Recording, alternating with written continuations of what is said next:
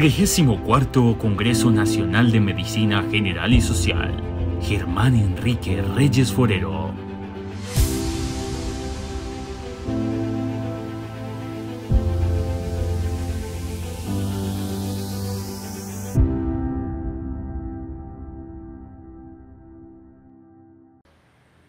La segunda conferencia de esta tarde la presentará el doctor Carlos Alfonso Willes Barrera, quien nos hablará del tema diabetes mellitus, manejo actual de las insulinas comerciales. El doctor Willes es médico y cirujano egresado de la Universidad de Antioquia, especialista en medicina interna de la misma universidad, especialista en endocrinología de la Universidad Militar Nueva Granada, docente de la sección de endocrinología de la Universidad de Antioquia, endocrinólogo de adultos del Hospital San Vicente Fundación Medellín. Hola a todos, los saluda Carlos Alfonso Willes Barrera, el profe Willes, endocrinólogo de corazón, trabajo en el San Vicente Fundación, docente de la Universidad de Antioquia en la sección de endocrino, endocrinólogo de la Asociación Colombiana de Endocrinólogos Clínicos, y para mí es un placer estar en el día de hoy con ustedes compartiendo este tema, hablando del tratamiento de la diabetes mellitus, de la insulinoterapia y de las insulinas disponibles en nuestro medio. Nada que declarar para esta conferencia como conflicto de interés. Y me gustaría arrancar diciéndoles si ustedes pueden identificar estas líneas a qué tipo de insulina de acción prolongada corresponden. La primera que ustedes ven sube y baja más despacio, más, digamos, en un tiempo no tan largo, sería la insulina NPH. En una línea relativamente plana, pero de una menor duración que las 24 horas, podríamos decir que es la insulina de Temir. Pero si yo les dijera que es una línea plana o casi plana, que dura casi 24 horas, estaría hablando de una glargina U100. Y si esta línea es realmente más plana aún, que dura más de esas 24 horas, incluso casi 40 horas de Gludec o insulina glargina U300. Nuevamente, el ejercicio, ¿cuál línea corresponde con qué insulina de acción corta? La de arriba podríamos decir que es una insulina regular que inicia a trabajar, pero que se puede tardar hasta 4 a 6 horas, mientras que las análogas de insulina de acción rápida, Lispro, Aspar, Glulicina, fíjense ustedes lo rápido y estrecho que van a tener su función para determinar, evitar esa hiperglicemia postprandial. En resumen, diríamos que las insulinas basales, tenemos la insulina humana, por definición sería la insulina NPH, y las insulinas análogas. Estas análogas vamos a hablar de una primera generación con la insulina glargina U100 y la insulina de Temir, y una segunda generación con la insulina de Gludec y la insulina glargina U300. Como puntos fundamentales de las insulinas basales, miren que ellas arrancan a trabajar como mínimo 1 hora después de su aplicación. Por tanto, si un paciente tiene una hipoglicemia en este momento, aplicar la insulina basal no se espera que vaya a empeorar inmediatamente la hipoglicemia. Tengan en cuenta esto porque trabajará luego de 1 hora como mínimo de haberse aplicado. ¿Cuál es la gran diferencia entre ellas? Que la NPH hace un pico de 4 a 6 horas, que como les anticipé dura 12, 16 horas, que la insulina de Temir es más planita, pero dura parecido a lo que da la NPH, no alcanza para las 24 horas, que la glargina U100 se acerca a las 24 horas y si bien no tiene un pico como la NPH, no es perfectamente plana, y que las glargina U300 y de Gludec no tienen pico y su gran característica es que duran más allá de las 24 horas, incluso cercano a las 40 horas. Con respecto a las prandiales, voy a mencionar que la insulina regular, si bien comparada contra la NPH era de acción mucho más corta, hoy en día se ve superada por las análogas de acción ultra corta, estamos diciendo de esa insulina glulicina, Lispro o Aspar, que viendo el plato con solo 10 minutos de haberse aplicado ya tenemos el inicio de acción y que su pico estará cercano a la hora y ojo a esto, la duración de acción 3, máximo 4 horas. Esto también es fundamental tenerlo en cuenta porque si yo como después de este periodo de acción, pues sencillamente se va a generar más hiperglicemia si hay contenido de carbohidratos que no estarían cubiertos por la acción de la insulina. En términos grandes, las insulinas vienen, por definición, en una concentración constante de 1 mililitro, 100 unidades. Y hoy en día el lapicero, que tiene 3 mililitros, es la presentación más común. Sin embargo, como en todo, hay una excepción de la regla y la niña diferente en este caso sería la insulina glargina U300, que trae 300 unidades por 1 mililitro y la presentación de su lapicero es de 1.5 mililitros, es decir, que traerá 450 unidades. Por eso es la niña diferente. Si viéramos esto como una gran competencia, recordemos lo que acabo de decirles, la NPH sería el competidor un poquito más antiguo, luego estaríamos hablando de Detemir y glargina U100, posteriormente en forma generacional la glargina U300 y la de Gludec, y al final haré un comentario del dispositivo con una combinación fija de insulina de acción larga con un agonista de GLP-1, como sucede con la glargina lixisenatide o Degludec liraglutide. Los invito a que vean el video que tenemos en Instagram en el perfil de El Profe Willis. Se llama Insulinoterapia en 1 minuto con el Profe Willis y se las voy a mostrar acá, que habla de la inicio o las dosis de tratamiento. La primera es 0.1 unidad por kilogramo por hora de insulina regular. Esta es para el tratamiento de las crisis hiperglucémicas. La segunda, 0.2 unidades kilogramo por día. Esta es la dosis de inicio de insulina basal en pacientes con diabetes tipo 2, pues 0.2 de inicio. ¿Con cuál podría haber empezado? Si usted tenía NPH en el pueblo, era la única disponible. Recuerden que la pone lo más tarde que se pueda en la noche para evitar que el pico termine siendo en la madrugada y el riesgo mayor de hipoglicemia nocturna. Si usted tiene insulina glargina, podría aplicarse o en la mañana, o en la tarde, o en la noche. Lo importante es que usted ya escogió que sea por un horario fijo, todo el tiempo en la mañana o todo el tiempo en la noche, según lo que usted haya elegido.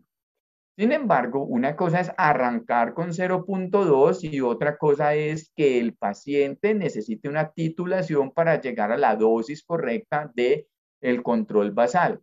Lo esperado es que se arranque con 10 unidades y se vaya titulando. Uno le dice al paciente que si por 3 días consecutivos su promedio está por encima de 120, 130, le suba 2 unidades a la cantidad de la insulina basal que se está aplicando.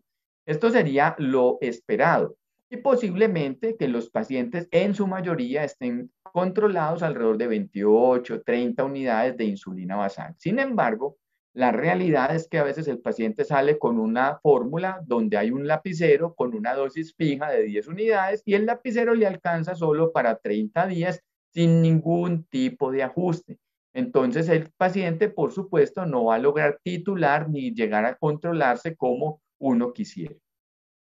0.4 unidades es lo que les acabo de anunciar. El paciente, si pesa 70 kilos, 7 por 4, 28, sería cercano a 28, 30 unidades de los requerimientos totales de la insulina basal. De hecho, pasarnos de esta dosis se correría riesgo de sobreinsulinización y tener hipoglicemias, especialmente en momentos de no alimentación y de la madrugada. 0.5 unidades por kilogramo por día se refiere a la dosis total de insulina en un paciente con diabetes tipo 1. Recuerden que hay una ausencia de insulina, no hay un fenómeno de resistencia como el factor predominante y este 0.5 unidades se va a dividir en un 50-60% de dosis basal de insulina de acción larga y el otro 40 o 50% de insulina de acción rápida, que se va a dividir en predesayuno, prealmuerzo y precena, usualmente en cantidades similares, aunque a veces hay un poquito más de resistencia en las horas de la mañana o la comida del almuerzo es más abundante y ahí es donde se necesite poner un poco más de insulina de acción rápida. 0.8 unidades por kilogramo por día sería la dosis total de un paciente diabético tipo 2 que requirió insulina basal, luego basal con bolos, perdón, con plus y finalmente un basal con bolos.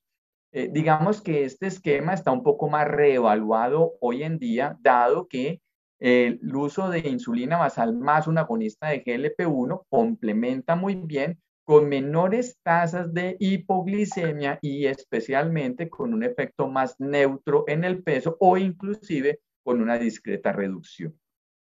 Y finalmente, 1 unidad por hora de insulina regular sería para el tratamiento de un paciente que está sin vía oral por más de 12 horas, en quien hacemos una infusión continua de insulina junto con dextrosa a unos 5 gramos por hora de flujo metabólico para evitar generar una hipoglicemia, pero también para que el paciente no me vaya a generar hiperglicemia. Entonces, fíjense que esto es el esquema del 0,1, 0,2, 0,4, 0,5, 0,8 y 1 en términos de insulinoterapia.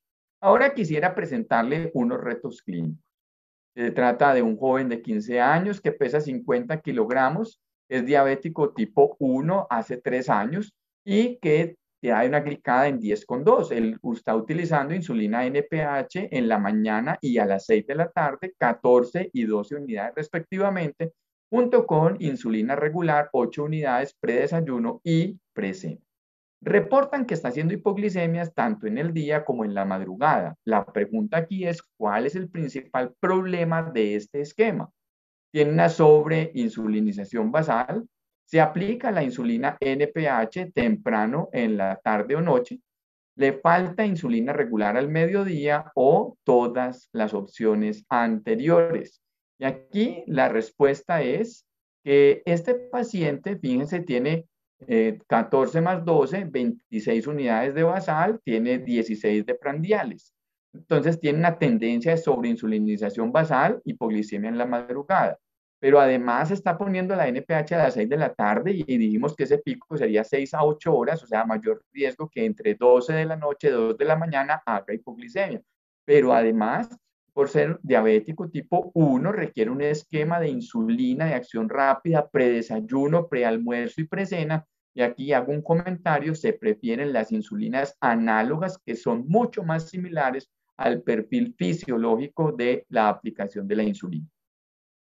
Realmente, la insulina NPH con respecto a la glargina no hay una gran diferencia en lograr una reducción de la hemoglobina glicada. Lo que sí sabemos es que por lo menos las tasas de hipoglicemia, especialmente las nocturnas, son mayores con NPH, cerca de 1 de cada 5 sujetos versus 1 de cada 10 sujetos de insulina glargina, que fue el comparador en este caso. Las hipoglicemias severas fueron del 1% en glargina, 1.4 para insulina NPH. Ahora, si mi paciente diabético tipo 2 venía con insulina NPH en la noche y yo quisiera cambiarlo a una insulina glargina, si solo se aplicaba una dosis de NPH y usualmente 30 o menos dosis de insulina NPH, yo puedo cambiarlo 1 a 1. Si mi paciente tenía 2 dosis de insulina NPH, la sugerencia es calcular con el 80%.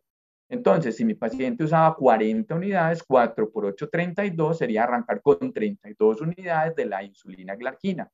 En la mañana o en la tarde o en la noche, generalmente lo hacemos en la mañana. En ámbito hospitalario, la aplicamos más en la noche, es para poder hacer efectivo el cambio de la ronda. Pero en ambulatorio, en la mañana estará muy bien. Si usted recalculara este esquema, ¿cuál le propondría? Recuerden que pesa 50 kilos. Glargina U300, 25 unidades en la mañana y Lispro 888, Detemir 12 unidades AM y Aspar 444, Glargina 14 unidades AM y Glulicina 444 y Degludec 16 unidades, Lispro 568. ¿Cuál sería entonces el esquema a escoger para este paciente? Y la respuesta sería glargina 14 unidades con glulicina 444. Aquí quiero destacar algo. Si bien las insulinas análogas de segunda generación, llámese glargina U300 o Degludec, pueden durar más y tener menos tasas de hipoglicemia con respecto a la insulina glargina, Ojo que en este esquema estaban calculadas de entrada por 1 unidad por kilo, y recuerden que es un paciente con diabetes tipo 1, arrancamos a recalcular su esquema alrededor de 0,5 unidades por kilogramo por día, repartiendo con ese 50-60% de insulina basal.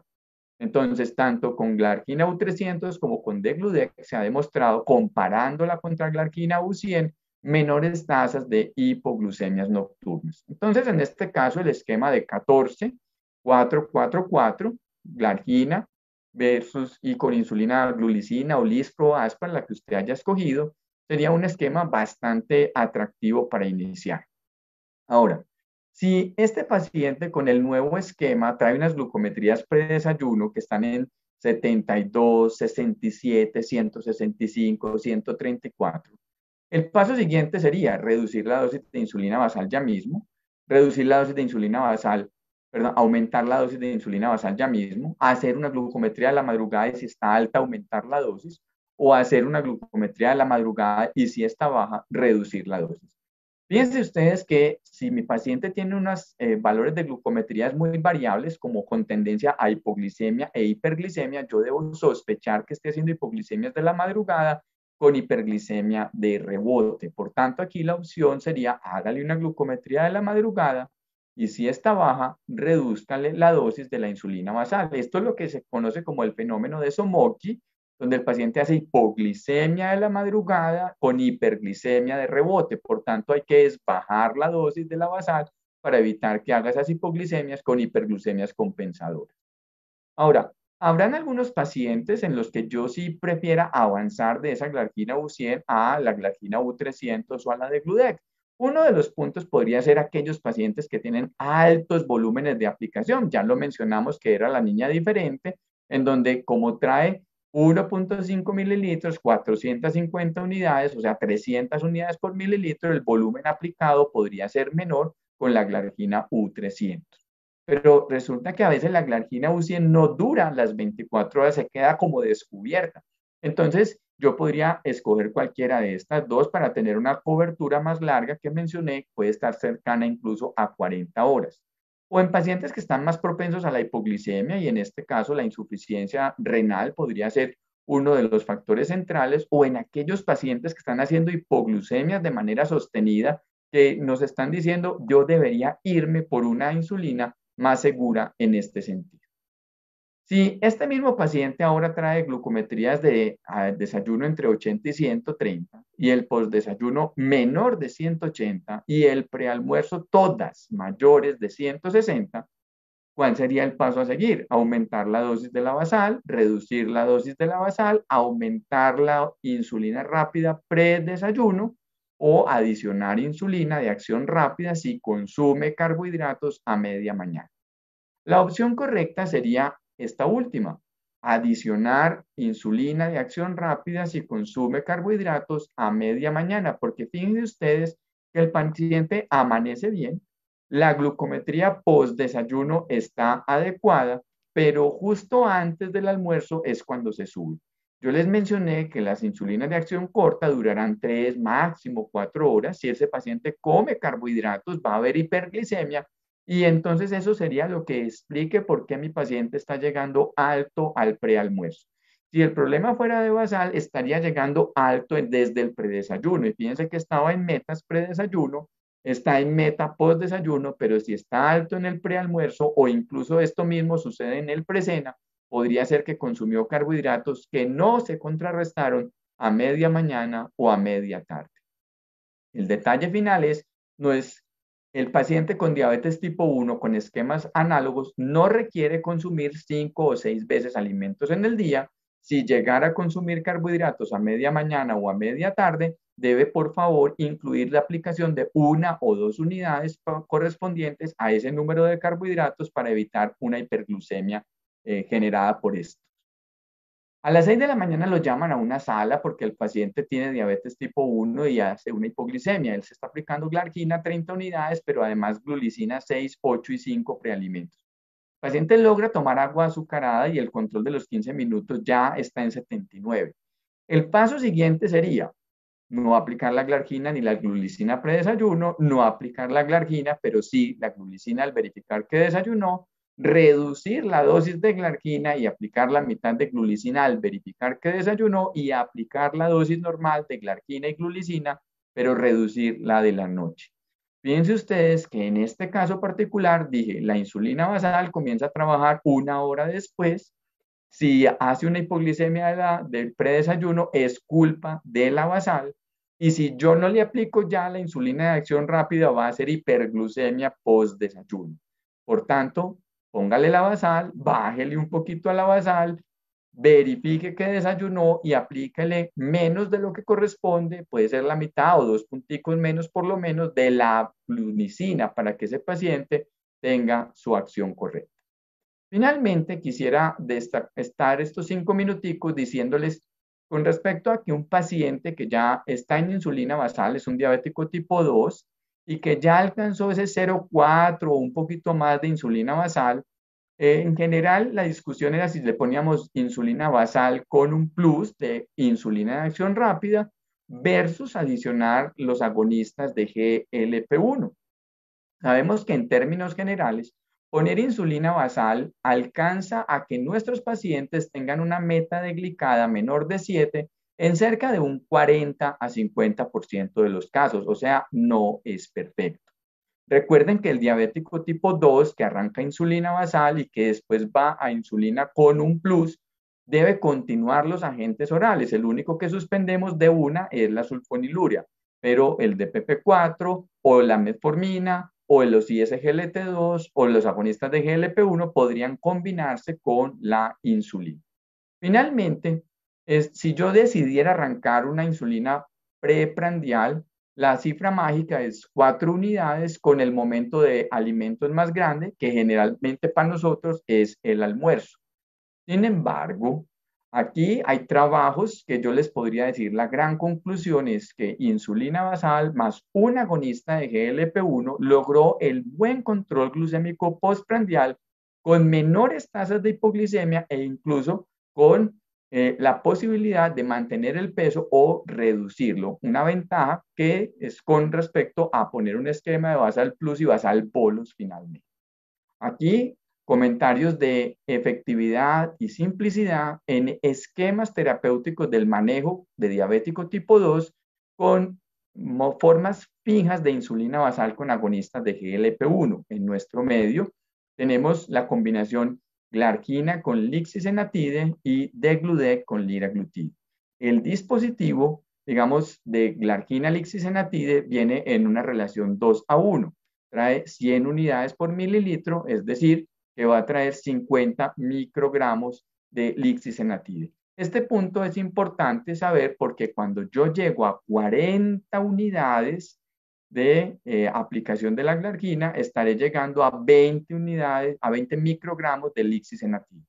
En el dispositivo de degludec liraglutide, 100 unidades por mililitro, 3.6 miligramos, es decir, cuando yo llego a 50 unidades de insulina de degludec, estoy aplicando 1,8 miligramos de liraglutide. Fíjense aquí a más detalle.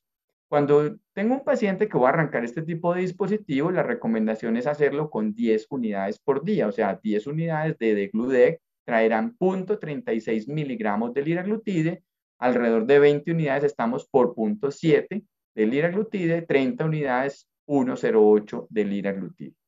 Con lixisenatide, mírenlo aquí, 10 unidades trae 5 microgramos, 20 unidades trae 10 microgramos de lixisenatide, 20 unidades de glargina. Un detalle, para arrancar 10 unidades. Si ya venía utilizando glargina y usaba menos de 20 unidades, arranque con 10. Si utilizaba más de 20 unidades, arranque con 20 unidades. 20 unidades de glargina y 10 microgramos de lixisenatide. Se titula con la insulina basal, es decir, no ha alcanzado la meta, le sube otros 2 punticos. Usted va subiendo la insulina basal y ella va arrastrando el agonista de GLP-1. Diferentes trabajos, tanto en liraglutide y en lixisenatide, que han demostrado que el subgrupo de pacientes que estaban por encima de 9% de glicada tenían las mayores reducciones en los valores de hemoglobina glicada en la terapia combinada. No significa que no se puedan utilizar en otros escenarios, sobre todo pacientes que pueden estar alrededor de 8,5 y que no han logrado metas con una combinación de otros medicamentos y que no alcanzarían llegar a nuestro objetivo blanco. Y el otro punto central de estos es que en general bajan más la hemoglobina glicada cuando están en la combinación con la insulina basal, que tienen reducción sobre la glucosa postprandial, que hay una probabilidad de al menos 70-75% de lograr la meta de glicada y que tienen un efecto más neutro o incluso de reducción en el peso con las mismas tasas de hipoglicemia generados de la insulina. Para finalizar, podríamos decir entonces que tenemos cada día más opciones de insulina en nuestro medio para el tratamiento de nuestros pacientes. Los invito a que vean el perfil de Instagram de el Profe Willis y agradecerles la invitación a participar en este evento. Un feliz día para todos.